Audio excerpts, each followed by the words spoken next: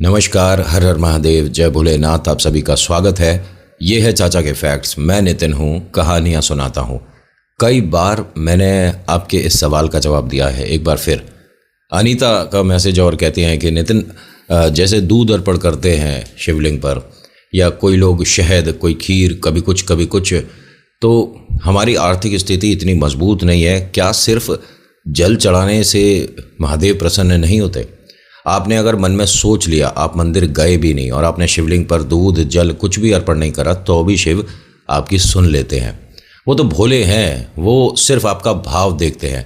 वो ये नहीं देखते जो आजकल की डेट में चल रहा है। मैंने कोई मंदिर का वीडियो देखा था, उसमें कहते हैं कि आपको फलाना घी लाना है, उसी दुकान से लाना है। अरे ईश्वर ये सब कुछ नहीं देखते, सिर्फ भक्ति भाव देखते हैं। वो ये थोड़ी ना देखेंगे कि आपने महंगी दुकान से मिठाई खरीदी है। आप घर से अगर गुड़ ले गए तो उसकी भी वक़्त, उसकी भी वैल्यू, उसका भी स्वरूप ईश्वर के लिए बराबर है, भले ही कोई महंगी दुकान की मिठाई हो। समझ पा रहे हो क्या मैं बोल रहा हूँ? तो ये बात दिमाग से निकाल दीजिए कि आप ईश्वर को अगर महंगा दान करेंगे तभी वो स्वीकार होगा। ऐसा नहीं होता, आपका भाव देखा जाता है। और एक बार फिर बोल रहा हूँ, प्लीज़ अपनी इस भक्ति में जब कोई काम आप सोचते हो कि ईश्वर हमारी मदद कर दो और ये काम बन जाए, उसमें अगर देरी हो रही हो ना, तो ये मत लाना दिमाग में कि यार नहीं यार, भगवान सुनते नहीं हैं, हमारी जो करुणा है वो दिख नहीं रही, हमारा जो भाव है ईश्वर के प्रति वो शायद कम है, हमें शायद पूजा पाठ करना नहीं आता। ये सब मत लाइएगा, इसी को डगमगाना कहते हैं। अभी फ़िलहाल इंट्रो फिर आकर सुनाता हूँ एक ऐसी शिव भक्त कहानी जिसे सुनकर आपको कुछ तो अच्छा ज़रूर लगेगा। अभी स्टार्ट करेंगे इंट्रो, फिर शुरू करेंगे, ठीक है? जय भोले।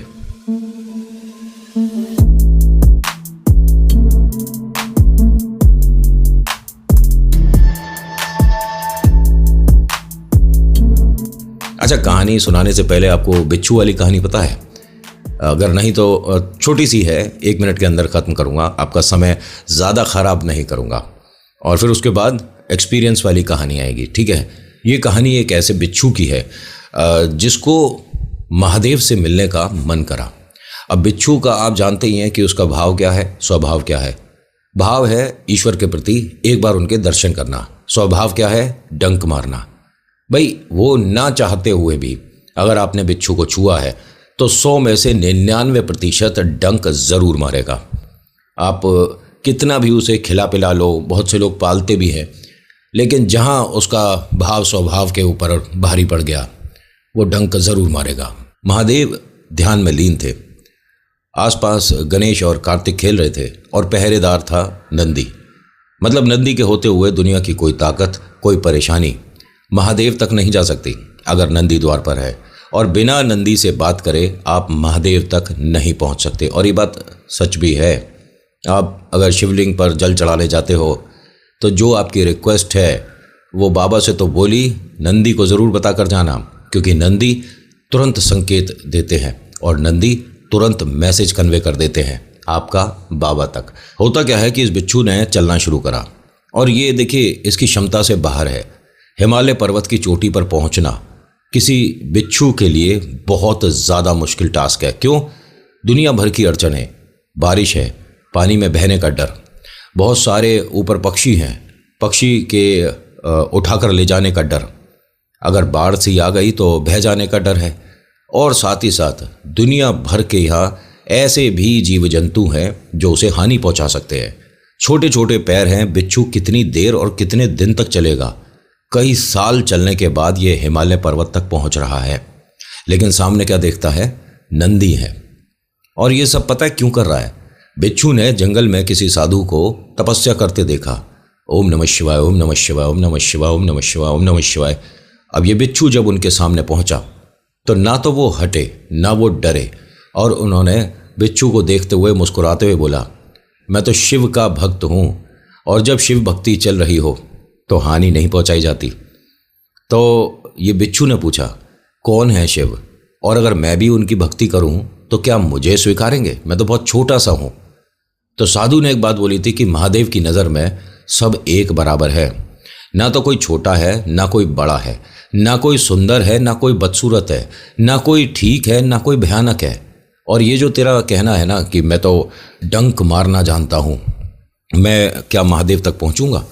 तो साधु ने बोला था कि अगर भक्ति होगी तो महादेव तक पहुँचने के लिए तेरे रास्ते अपने आप सुकून में हो जाएंगे, तुझे परेशानी नहीं होगी। वही बात सुनकर बिच्छू चल दिया। ओम नमः शिवाय, ओम नमः शिवाय, हर हर महादेव बोलता हुआ जब ये बिच्छू नंदी के सामने पहुंचा तो नंदी ने हुंकार भरते हुए कहा कि क्या काम है तेरा और कौन है तू? उसने कहा कि मैं सिर्फ एक बार महादेव को देखना चाहता हूँ और मैं कई वर्षों से चल रहा हूँ। मैं थका नहीं हूँ, लेकिन बस मन खराब हो जाएगा, दिल टूट जाएगा, मैं निराश हो जाऊँगा अगर मैं बाबा को एक बार ना देखूँ। अब नंदी को ये लगा कि ये क्या भाई, इसका डंक देखकर पता पड़ रहा है कि बहुत भयानक एक जहरीला ये बिच्छू है।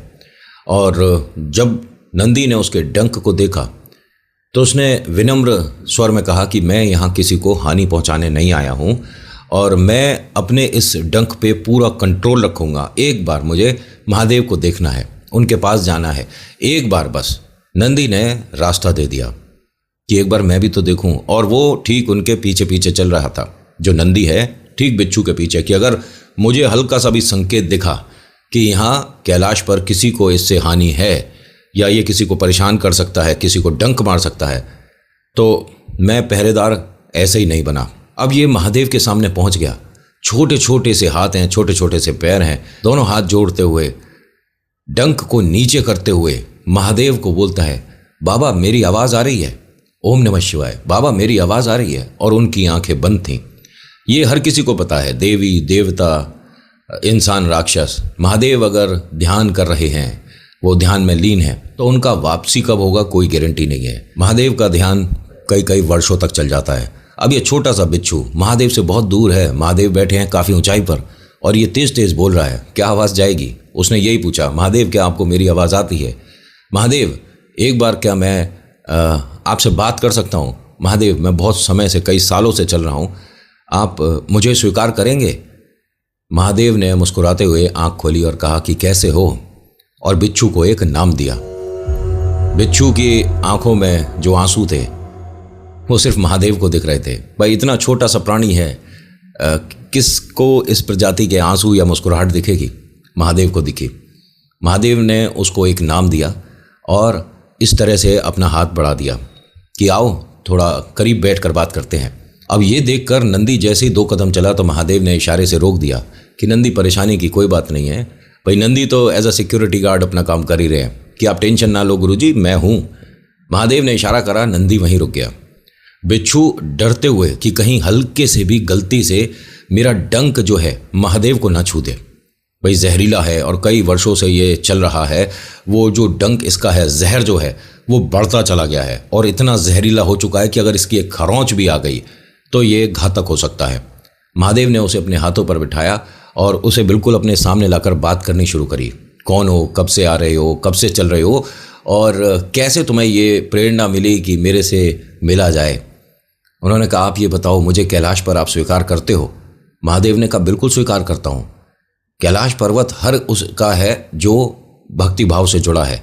जो घृणा से आएगा, घमंड में आएगा, परेशानी करने आएगा या किसी दूसरे के लिए कुछ गलत सोच कर आएगा, गड़बड़ उसके साथ होगी, तुम्हारे साथ नहीं होगी। और तुम कैलाश पर हमेशा मेरे पास रह सकते हो। अब ये सुनकर ये ऐसा भक्ति भाव में हो गया कि इसने अपना डंक पूरा नीचे कर दिया। और बहुत ही रेयर चांस होता है कि अगर बिच्छू किसी के भी संपर्क में है, कोई भी हो, इंसान हो, जानवर हो, पक्षी हो, कुछ भी, उसका डंक नीचे नहीं होता।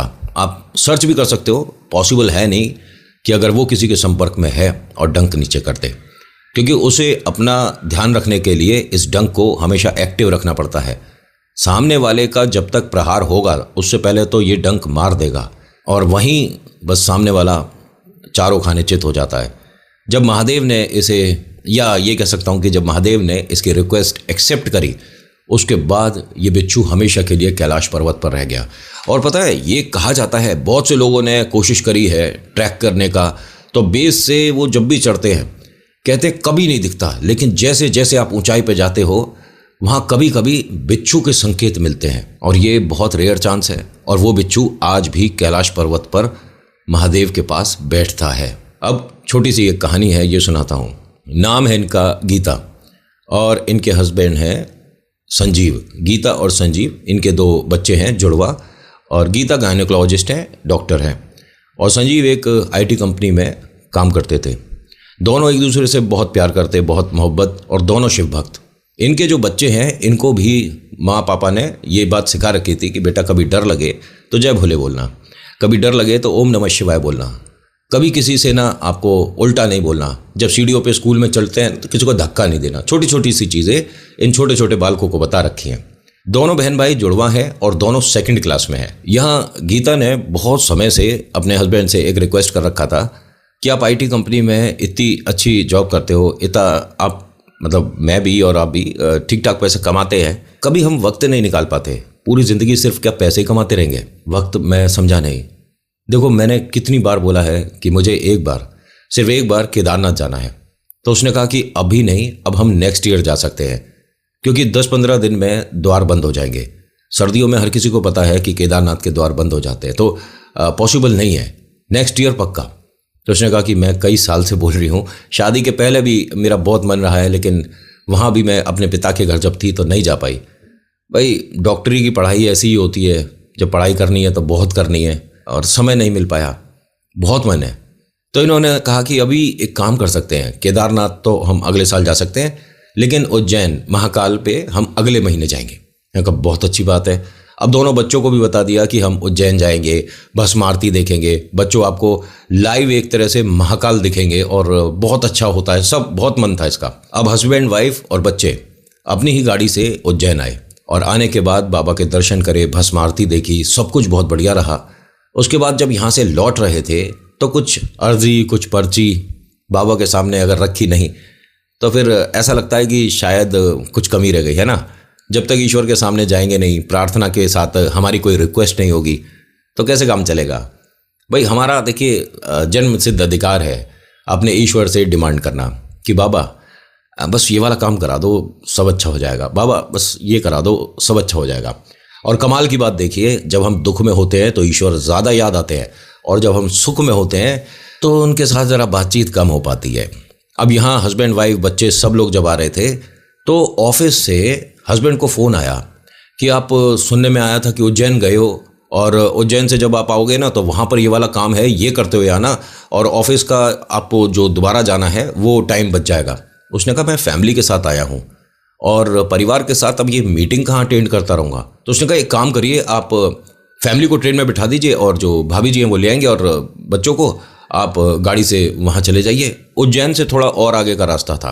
अब इसने अपनी वाइफ से बोला, तो वो समझती हैं कि भाई प्राइवेट जॉब में कब बॉस काम बता दे या कब क्या काम निकल आए, चलता है। उसने कहा ठीक है कोई बात नहीं, और वैसे तो मैं क्लिनिक परसों खोलूँगी, लेकिन चलिए कोई बात नहीं, हम ट्रेन से चले जाएंगे। अब ये दोनों छोटे छोटे बच्चे और वाइफ जो हैं ट्रेन से अपने घर के लिए आ गई, और जो हस्बैंड है वो ऑफिस के काम से जो भी उन्हें मिला है उसके लिए निकल गए। उन्हें आ जाना चाहिए था नेक्स्ट डे, लेकिन वो नहीं आए। फ़ोन कर रही हैं तो फ़ोन नहीं लग रहा, फ़ोन स्विच ऑफ जा रहा है। एक दिन और बीत गया। अब मन में डर आ गया, ये क्या हुआ है? मतलब उज्जैन से इनको अपने घर आने में बाई गाड़ी तो बहुत समय नहीं लगना चाहिए था, इतने दिन थोड़ी ना लगेंगे। जब एक दिन और बीता तो इसके ऑफिस से फ़ोन आया, हस्बैंड के ऑफिस से। वाइफ उस वक्त अपने क्लिनिक में थी, बच्चे स्कूल पे थे। उन्होंने बताया कि एक्सीडेंट हो गया था और वो अस्पताल में है। इनके तो हाथ पैर फूल गए। इन्होंने ना क्लिनिक को बंद करा ना कुछ करा, यहाँ से तुरंत गाड़ी उठाई और ये अपने हस्बैंड के ऑफिस पहुँच गई। वहाँ जाकर कहती हैं कि ये सब कब हुआ है, और मैं फ़ोन कर रही हूँ, 2 दिन से उनका फ़ोन नहीं लग रहा है, मैं बहुत ज़्यादा परेशान हूँ, ना घर पर बात हो रही है, और आप कह रहे हो कि एक्सीडेंट हो गया है। कहाँ है वो? बताया कि उनको वहाँ से यहाँ ले आए हैं और इन्हीं के शहर के एक अस्पताल में वो भर्ती है, मुझे उनके पास जाना है। ऑफिस वालों ने ये नहीं बताया कि दुर्घटना इतनी भयानक थी, गाड़ी तो बिल्कुल ख़त्म हो गई, कुछ नहीं बचा, लेकिन हस्बैंड जिंदा है। बट सबसे बड़ी समस्या, ये कोमा में है। इन्हें नहीं पता था। वाइफ पहुंचती हैं और वहाँ जाके डॉक्टर ने जब सारी चीज़ें बताई तो हाथ पैर फूल गए। अपने हस्बैंड के मम्मा पापा को, मतलब सास ससुर को, अपने मम्मा पापा को, सबको ये दुख वाली बात बताई, और डॉक्टर ने इन्हें यहाँ 10-12 दिन के लिए रखने को बोला। अस्पताल के खर्चे आप जानते ही हो, लेकिन पैसे से दोनों मजबूत थे। यहाँ ऑफिस वालों ने बोल दिया कि आपको चिंता करने की ज़रूरत नहीं है, 1 रुपया भी आपको नहीं देना, सारा काम खर्चा हम उठाएंगे।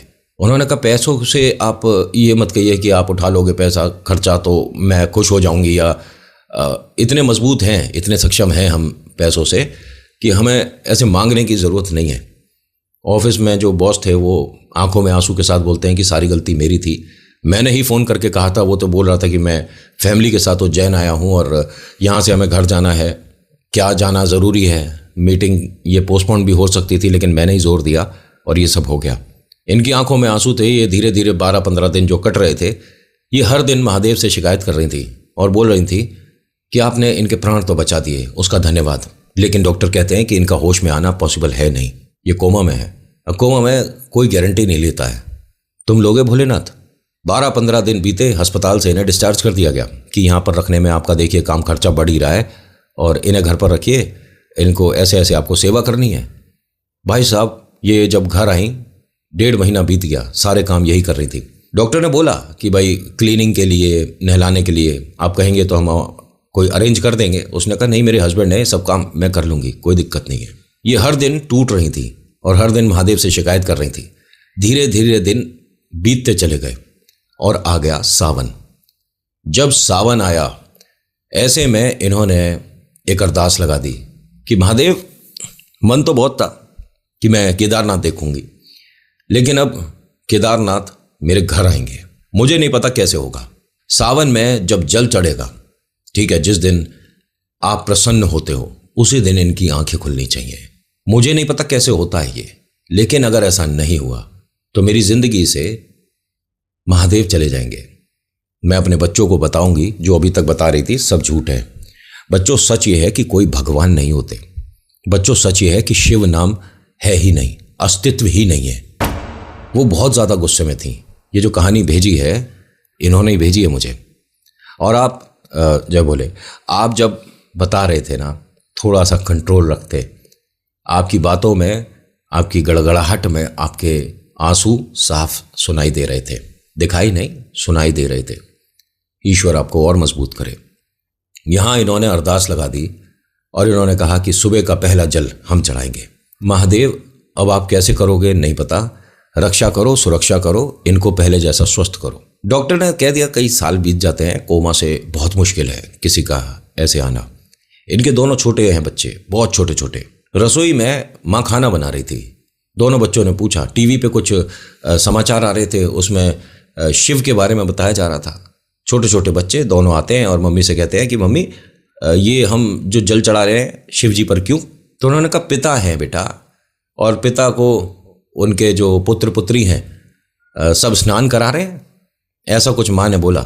अच्छा, महादेव पिता हैं। अब इन दोनों ने क्या किया, घर के मंदिर में एक छोटी सी लुटिया रखी थी गंगा जल की, महादेव की मूर्ति और एक शिवलिंग भी रखी हुई थी इस मतलब मंदिर में, उठाकर चल दिए। मम्मी ने देखा, 1 मिनट, मंदिर से क्या ले जा रहे हो दोनों, रुको।